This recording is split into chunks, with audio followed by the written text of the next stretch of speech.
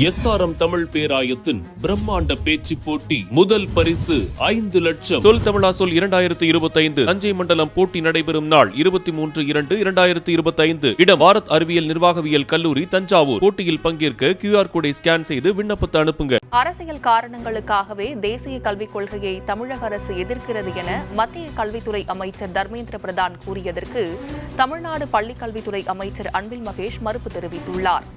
எங்களை பொறுத்த வரைக்கும் ஏதோ நீங்கள் எங்களை மிரட்டி கிரட்டி நீங்கள் அடிப்பணிய வைக்க என்று நீங்கள் பார்க்குறீர்கள்.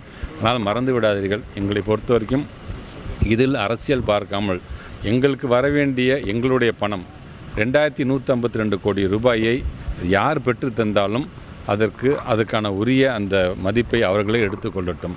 ஆனால் எங்களை பொறுத்த வரைக்கும் அந்த பணம் என்பது அது எங்களுக்காக ஒரு இயக்கத்திற்கான பணம் அல்ல. ஒட்டுமொத்தமாக நம்முடைய பள்ளி கல்வித்துறை சார்ந்திருக்கின்ற மாணவ செல்வங்களுக்கான ஏறத்தாழ 40 லட்சம் மாணவர்களுக்கான ஒரு எதிர்காலம் சம்பந்தப்பட்டது.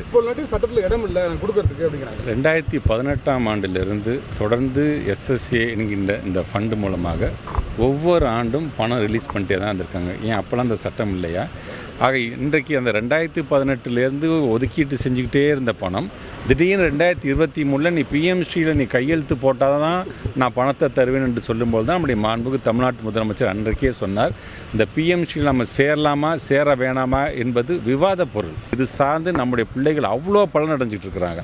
ஆனால் அதில் நீங்கள் கையை வைக்கிறீங்க. என்ன சொல்கிறீங்க? ஏன் மும்மொழி கொள்கை ஏற்றுக்கிட்டால் தான் என்ன, ஏன் உலகம் முழுவதும் ஏற்றுக்கிட்டு இருக்கீங்க அப்படின்னு சொல்லும்பொழுது நாங்கள் எந்த விதத்தில் குறைஞ்சி போயிட்டோம்? அந்த இருமொழி கொள்கையை நாங்கள் கடைபிடிப்பதனால சம்பந்தமே இல்லாமல் ஒரு மும்மொழி கொள்கையை எடுத்துக்கன்னு நீங்கள் எப்படி இது மாதிரியான ஒரு அழுத்தத்தை தரலாம் என்ற கேள்வி தான் அவரிடம் வைக்க நான்